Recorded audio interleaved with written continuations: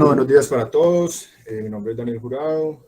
Quiero de antemano pues agradecer al doctor Andrés Cárdenas, que fue el asesor para esta charla. El día de hoy vamos a hablar de anastomosis intestinal diferida, un tema bastante puntual, digamos pues que muy frecuente en nuestro medio.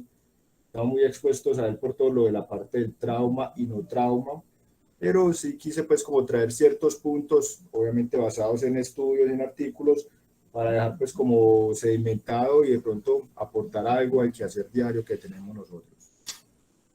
Para hablar de anastomosis intestinales, obviamente hay que hablar de, antes de eso, una resección intestinal. Viendo las causas de resecciones intestinales, pueden ser de dos tipos, traumática o no traumática. Las traumáticas, obviamente pues por diferentes mecanismos de trauma, cerrado o abierto. Hablando de lo que nos corresponde hoy de intestino delgado y colon, la frecuencia de lesiones de estas vísceras huecas, por decirlo así, en trauma penetrante aumenta casi a más del 80%, diferente a lo que es en el trauma cerrado, que disminuye a menos del 5%. Obviamente eso también va a depender de la serie donde uno lo lea, y principalmente se ve afectado lo que es el yeyuno proximal e ilion distal por ser las partes de asa fija. Aparte de eso, pues como mirar la parte de la distribución de las lesiones, la lesión siendo única en un 75% y siendo múltiple en un 25%. Si de pronto se escucha mal, me cuentan que hay como una máquina acá al lado, entonces de pronto para organizar un poco. Eso es por la parte traumática. Por la parte no traumática también estamos expuestos a resecciones intestinales, hablando del compromiso vascular, de múltiples otras causas que lleguen a perpetuar y generen una isquemia intestinal con una incidencia relativamente baja, de 0.09 a 0.2 por año, y obviamente ya lesiones que se encuentran en el ámbito ambulatorio electivo o en el ámbito urgente, lesiones tumorales que ameriten hacer una resección de la parte de intestino.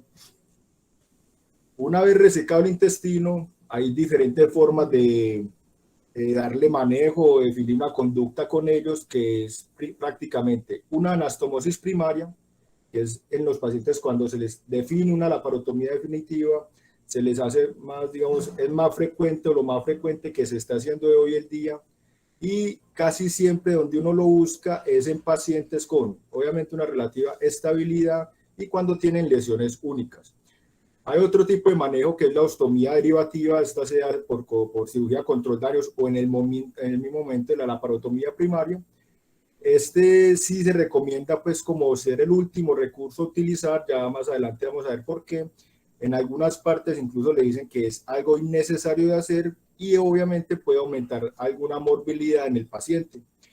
Y para el día de hoy lo que nos compete, el tercer pilar que puse, fue la anastomosis diferida, todo esto asociado a cirugía control daños, y ya lo vamos a ver más adelante.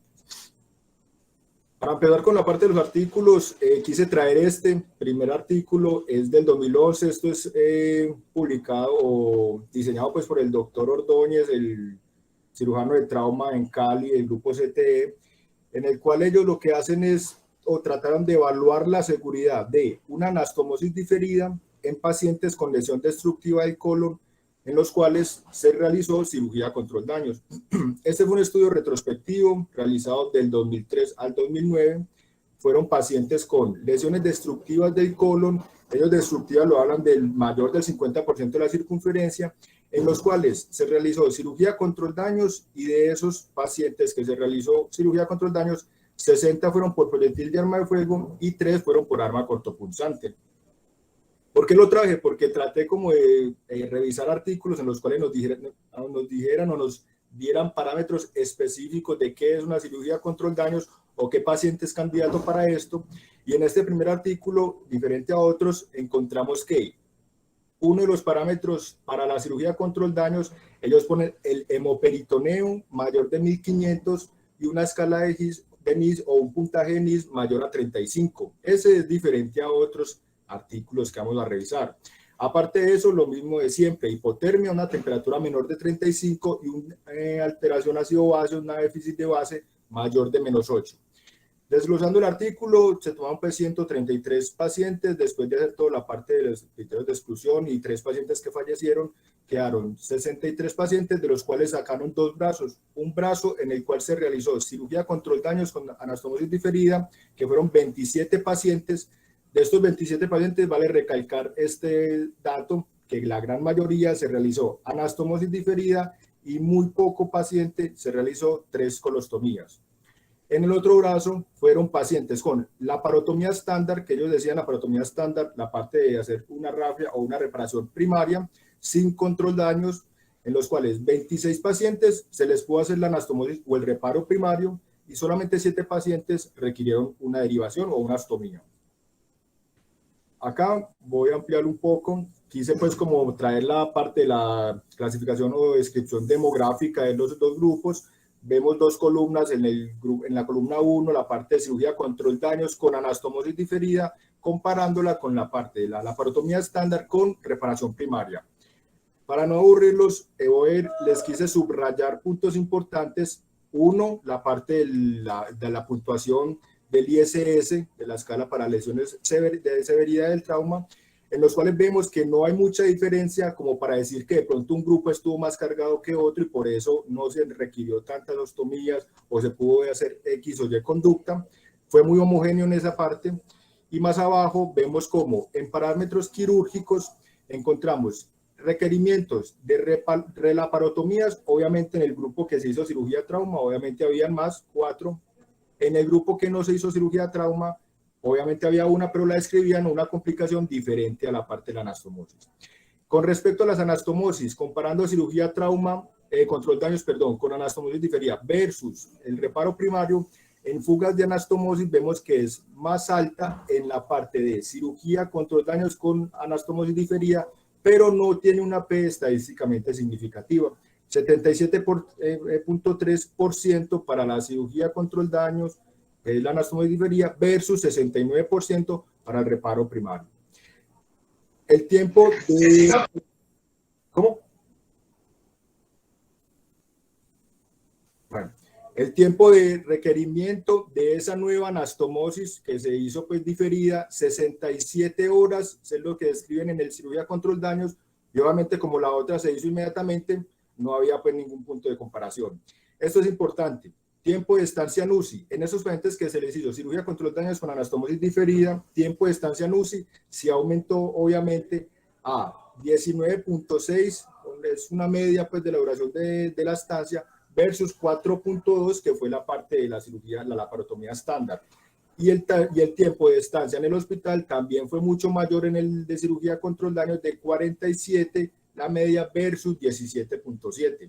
Pero entonces nos vamos a comparar, o se fueron a comparar, la cirugía control daños con anastomosis diferida versus la laparotomía estándar con colostomía y un mismo recuadro abajo en el cual se hizo la misma comparación de la anastomosis diferida versus ya el reparo primario.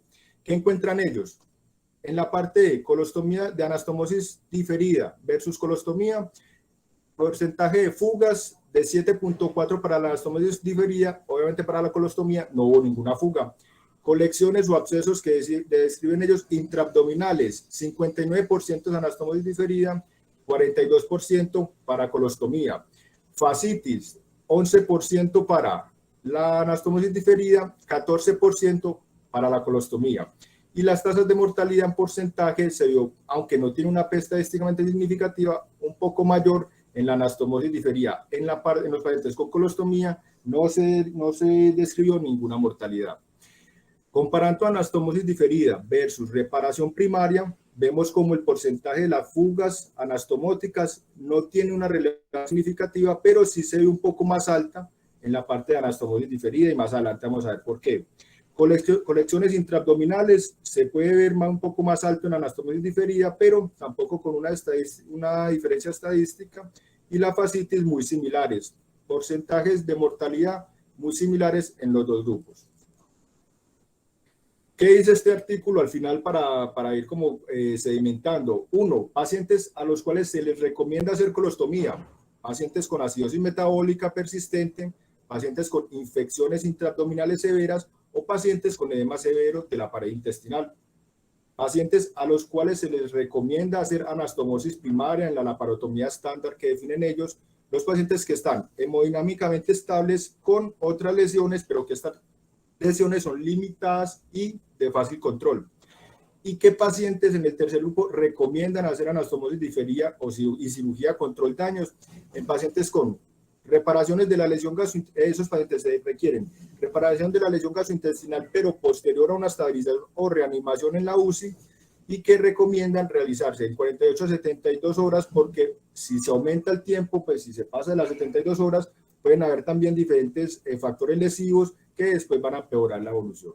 ¿Qué concluyen en este artículo los cirujanos de Cali? Realizar cierre definitivo del colon durante la cirugía control daños, a menos que haya acidosis persistente, edema de la pared intestinal o evidencia de absceso intraabdominal.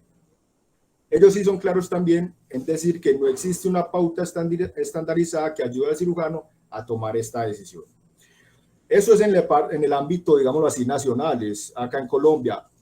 Quise traer este que es muy similar, pero ya en la parte internacional, para ver obviamente si se está haciendo lo mismo o si hay alguna diferencia, y es en realidad muy similar. Este es un artículo del 2007, se comparó la parte de la cirugía, de la laparotomía control daños en pacientes con lesiones de colon, y se miró si la anastomosis diferida era segura.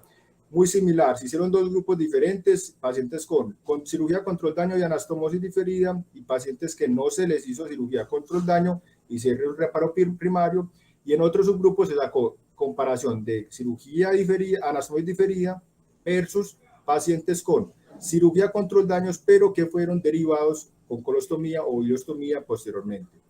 Conclusiones de los dos recuadros. La cirugía control daños con anastomosis diferida tuvo cierto aumento en cuestión de morbilidad, en cuestión de abscesos o colecciones intraabdominales, y en el caso, pues, comparando con la anastomosis primaria, cierto porcentaje de fugas, pero que no fue estadísticamente significativo. Obviamente, comparando con la parte de la colostomía, todos los parámetros, digamos así, fueron de muy similar resultado que el estudio previo, entonces tampoco hubo como mucha diferencia en la parte estadística. ¿Qué escriben o qué concluyen ellos en este artículo? Comparando la anastomosis primaria versus el colon versus la anastomosis diferida, no existe variación significativa en relación con fuga anastomótica, absceso de mortalidad, o absceso o colección intraabdominal o mortalidad, por lo cual dicen que esta anastomosis diferida es segura realizarla en estos ámbitos. Ellos sí dicen también o recalcan que esta anastomosis diferida evita lo que es la creación de una colostomía o un estoma en algunos pacientes que por las características que tienen no tuvieron indicación de hacer una anastomosis primaria en la parte de la cirugía previa. Este fue otro estudio que quise traer. Este sí es como desglosar, o sí trataron como desglosar mucho más los cambios fisiológicos que tiene la cirugía control daños y la parte de la anastomosis diferida versus el reparo primario en estos pacientes. Es un estudio, les voy a explicar, es un estudio algo difícil de hacer en el ambiente médico, porque obviamente hay que exponer a estos pacientes a una u otra conducta que de pronto, pues, sabiendo uno que puede tener cierto beneficio una, que sería la cirugía control daños. Por ende, este estudio fue realizado en cerdos, en animales, en los cuales de un medio, digámoslo así, controlado, cerdos anestesiados, se trató de simular un trauma cerrado de abdomen, que llegaran a un shock cardiogénico, y quisieron ver las variables que tenían haciendo o no algún reparo. Entonces, cogieron dos grupos diferentes, uno en el cual hicieron cirugía control daños, ligaron parte de intestino y dejaron ligado, y en otro grupo que hicieron un cierre primario y miraron la evolución. ¿Qué quieren o qué quisieron mostrar ellos? Ver si había algún beneficio en hacer cirugía control daños o en definir un reparo primario en estos pacientes. Hablo de cerdos, pues de marrano. ¿Qué les traje acá como de mayor importancia? Tres variables diferentes: gasto cardíaco, resistencia pulmonar, vascular pulmonar y resistencia vascular periférica o sistémica. La línea de arriba gris es el grupo de cirugía control daños y la línea negra oscura es el grupo de cirugía laparotomía estándar con reparación primaria. ¿Qué se puede ver? En los pacientes en los cuales se hizo cirugía control daños, tuvo una mejoría en el gasto cardíaco comparado con el otro grupo. Igualmente, en la parte de resistencia vascular periférica, y en la parte de resistencia vascular pulmonar, vemos que las resistencias estuvieron mucho más bajas en los pacientes en los cuales se hizo cirugía control daños. ¿Por qué concluyeron ellos? ¿Qué concluyeron ellos? Anastomosis diferida podría conducir a un mejor gasto cardíaco asociado con un bajo incremento de las resistencias pulmonares y sistémicas que les acabo de mostrar, además de dar tiempo para el control de otras lesiones más serias. Ellos decían, ya pues en la discusión, que obviamente mientras se tomaban el tiempo de hacer la reparación primaria, de definir todas las conductas en ese, digámosle, paciente o en ese grupo de estudio que se realizó en una laparotomía estándar, esas variables se vieron afectadas. Entonces hay beneficio de la cirugía control daños. Este otro estudio también me pareció muy interesante, este es del doctor Burle, en 2011. ¿Por qué lo quise traer? Porque en este estudio ellos lo que intentaron era comparar o mirar pues cuál era la evolución de los pacientes que se les hacía cirugía control daños, trauma intestinal y que se les hacía un manejo con abdomen abierto. ¿Por qué me pareció interesante este estudio? Este estudio fue un estudio multicéntrico del 2002 al 2007. Se tomaron 204 pacientes, de los cuales en esos pacientes, 96 pacientes que en el global representaban 47%, fueron sometidos a anastomosis diferida. O sea, un gran porcentaje fueron realizadas anastomosis diferidas. ¿Por qué 47? Porque el otro porcentaje era reparación primaria, colostomía, diferida, que también existe, y una combinación de unas. Entonces, el procedimiento de mayor porcentaje fue anastomosis diferida. Y asociando esto, vemos como en el recuadro de arriba, en una columna vertical, el porcentaje de filtraciones anastomóticas versus una columna horizontal, el tiempo del paciente haber tenido el abdomen abierto. ¿Cómo hay una diferencia tan marcada en que el abdomen abierto, menos de 5 días, presentó 3.2% de fugas anastomóticas versus el paciente con más de 5 días con el abdomen abierto, aumentó ese porcentaje a 12.2%. Abajo hay un recuadro un poco más descriptivo en el transcurso de los días, pero igual, así se sigue viendo una línea que va en aumento progresivo, es la línea del porcentaje de filtraciones de la anastomosis, en las cuales vemos que a medida que aumenta el tiempo del abdomen abierto, del paciente con el abdomen abierto, aumenta el porcentaje de filtraciones. Ellos no son muy claros en decir el porqué de estos hallazgos. Obviamente se puede inferir que estos pacientes con abdomen abierto, muchos de ellos tuvieron manejo con sistemas de presión negativa. Hay algunas descripciones que están a favor y otras en contra, pero en la literatura se encuentra que la presión o los sistemas de presión negativa asociados a anastomosis intestinales en algunas ocasiones puede generar no un beneficio, sino en contra de estas, permitiendo una filtración de estas o una fuga de estas anastomosis o una dehiscencia de la misma sutura. Aparte de eso, también hablan de que la pérdida de los líquidos del abdomen abierto, la desecación de los tejidos, eran factores contra de la parte de la anastomosis para predisponer a una fuga anastomótica. ¿Qué concluyen ellos? La tasa de fuga aumentó con el cierre facial más allá del 5.º día, ya les mostré por qué, y la mayoría de los pacientes con fugas tenían una anastomosis diferida, ya también les mostré por qué, el porcentaje de los pacientes que se les realizó. Este es un artículo también muy interesante, lo desglosé un poco más, voy a hacer un poco más de énfasis en él. ¿Por qué? Porque uno es de un grupo pues también del doctor Ordóñez en Cali, asociado pues a todos los cirujanos del grupo de CTE. Me parece muy interesante porque también es muy reciente, es del 2021 y desglosan todo de una forma mucho más por pasos, como mucho más metódica, como acostumbran a hacerlo ellos. Es un estudio retrospectivo del 2005 al 2015. Ellos tomaron pacientes con un trauma abdominal penetrante asociado a lesiones de víscera hueca. ¿Y cuál fue el objetivo de ellos? Describir la experiencia obtenida en el manejo de lesiones combinadas de víscera hueca en pacientes con trauma penetrante.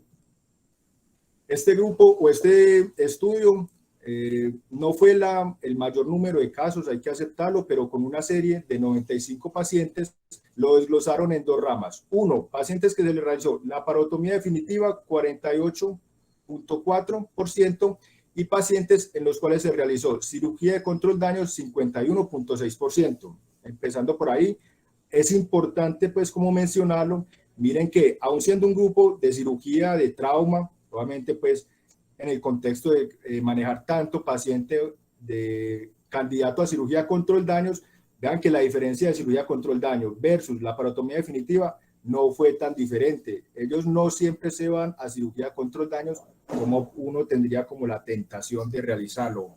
Eso es un punto bien importante, al final lo vamos a discutir.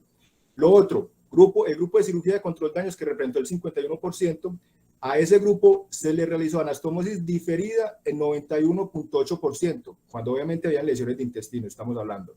Y en el otro porcentaje mínimo se realizó una ostomía diferida, 8.2%. La diferencia tan grande entre anastomosar versus hacer una ostomía. Ellos, muy interesante, plantean este algoritmo o este, digamos, ese flujograma en el cual está a la derecha. Se puede describir todos los pasos que ellos sugieren para realizar un manejo de un paciente con trauma de intestino delgado o grueso. ¿Qué dicen ellos? Paso 1, obviamente el paciente con la lesión de intestino. En el paso 1 hay que definir si se hace una resección intestinal, obviamente se hace la laparotomía. Dependiendo de los hallazgos, la lesión intestinal, el grado, la presencia de otras lesiones de víscera hueca, mirar cómo está la perfusión de los segmentos de intestino y el estado clínico del paciente. Con eso se va a definir si se hace una resección y dependiendo con los hallazgos, mirar a ver, segundo paso, si se va a hacer una anastomosis primaria o si no se va a hacer una anastomosis primaria. Si se va a hacer una anastomosis primaria, la idea es definirle el manejo, la conducta quirúrgica, cerrar la pared abdominal, dejar sonda nasogástrica y seguimiento. Pero si por el contrario no se va a hacer una anastomosis primaria, ¿por qué? Porque ellos ponen 3 puntos importantes. 1, incapacidad de corregir el rombo letal a pesar de un manejo agresivo de resucitación. El rombo letal, eso ya lo hemos mencionado mucho, ahí se los pongo en la derecha. 2, otra variable que ellos toman como importante para definir qué paciente es candidato a cirugía de control de daños, o sea, no hacer una anastomosis primaria. Inestabilidad hemodinámica persistente. Y 3, describen lesiones severas vasculares y o de órgano sólido asociado. Entonces, si cumple alguna de estas variables, ese paciente no es candidato a anastomosis primaria y se va a hacer una cirugía de control de daños de lesión intestino. Entonces hay que hacer discontinuidad del intestino, que es la resección de ese segmento afectado. No hay diferencia, hiladillas en los cabos o una sutura mecánica, no hay diferencia con respecto a eso. Sonda nasogástrica, resucitación, control de daños, dejar el paciente con abdomen abierto, con sistema de presión negativa y traslado a la UCI. ¿Qué es el cuarto paso? El cuarto paso, después de hacer ese control de daño, traslado a la UCI, reanimar y una optimización del paciente, definir la segunda reintervención en 24 a 48 horas. Dicen que no menos porque muchas veces queda parcialmente resucitado y no sería o no permitiría definirle en ese momento una nueva cirugía. Y no más porque obviamente la parte de la distensión intestinal progresiva puede generar ciertos efectos lesivos al momento de hacer la anastomosis o la reparación primaria. Una vez se hace la resucitación y la optimización del paciente, hay que definir lavado abdominal, anastomosis diferida y cierre de pared o lavado abdominal, ostomía diferida. Miren que aunque es un bajo porcentaje, ellos todavía lo ponen acá, y cierre de pared abdominal. ¿Qué concluyen ellos? El 90% de las lesiones combinadas penetrantes intestinales pueden ser manejadas a través de anastomosis primaria o anastomosis diferida. También quise traer estos 2 artículos, aunque yo sé que esto ya lo hemos hablado esta semana, los 2 compañeros que hablaron de anastomosis manuales y mecánicas, pues ya mencionaron todo lo que era al respecto, pero quise aún traerlos porque igual en cirugía control daños, anastomosis diferida, a uno le quedaría pues como la duda si se hace un cierre manual o un cierre mecánico, pero a la larga no hubo diferencia. Estos 2 son artículos en cirugía control daños en los cuales se compararon esos 2 tipos de cierre y no existió ninguna diferencia con respecto a fuga, anastomosis, colecciones intraabdominales, dehiscencia de la fascia o mortalidades dependiendo del abordaje. Conclusión, cualquiera de las 2 se puede hacer dependiendo digamos así, el gusto del cirujano y obviamente los recursos de la institución. Los puntos claves después de revisar todo este tema, quise traerlos como para dejarlos ahí. Criterios específicos para cirugía control daños. 1. Incapacidad de corregir el rombo letal a pesar de manejo agresivo de resucitación. Ese rombo letal, ahí se van a meter todos los parámetros, acidosis, coagulopatía, hipotermia y la parte de la hipocalcemia para definir este paciente. Inestabilidad hemodinámica persistente. lesiones severas vasculares y o de órgano sólido asociadas. ¿Qué es la cirugía de control de daños en el trauma de intestino o el compromiso isquémico intestinal? Porque obviamente hay cirugía de control de daños, no trauma. Resección del segmento comprometido, ligadura de la boca proximal y distal, con cualquiera de las dos formas que ya les mencioné, laparostomía y traslado a la UCI. La anastomosis primaria o diferida del intestino es el abordaje quirúrgico ideal en pacientes estables. ¿Qué beneficios tiene hacer una anastomosis intestinal diferida? 1. Disminuye las tasas de ostomía casi a menos del 10%. Disminución del tiempo quirúrgico, porque obviamente se demora uno más reconstruyendo una anastomosis, haciendo una anastomosis de intestino, y ese tiempo se podría aprovechar para una reanimación adecuada. Esa reintervención debe hacerse en 24 a 48 horas preferiblemente, ya mencioné por qué. Hay que procurar hacer un cierre temprano, que es por los estudios que les mostré, menos de 5 días de la pared abdominal asociado a anastomosis intestinales, y así se disminuyen diferentes complicaciones.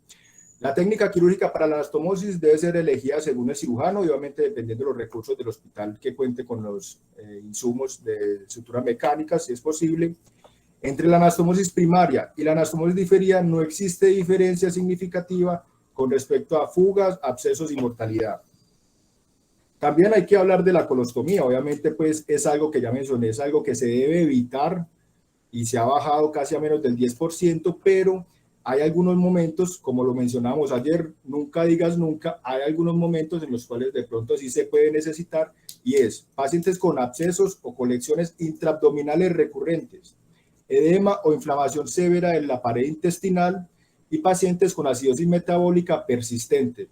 Esta colostomía, hay que decirlo, tiene una muy buena tasa de éxito del 81.4%, pero también incluso en el grupo, en el estudio o en el artículo de los cirujanos de Cali, mencionan que esa colostomía también tiene cierto riesgo de isquemia, aunque ellos lo mencionan, no la parte perfusión intestinal per se de los vasos de nutricios, pues del meso, sino que porque dicen que cuando uno hace el estoma, hace la dilatación por donde saca el estoma de la colostomía, esa pared abdominal va a ser una pared que va a estar expuesta a una reanimación agresiva y por ende un edema de la pared. Entonces, que el edema puede generar una compresión y obviamente eso comprometer la parte de la perfusión del estoma distal, por decirlo así, abocado.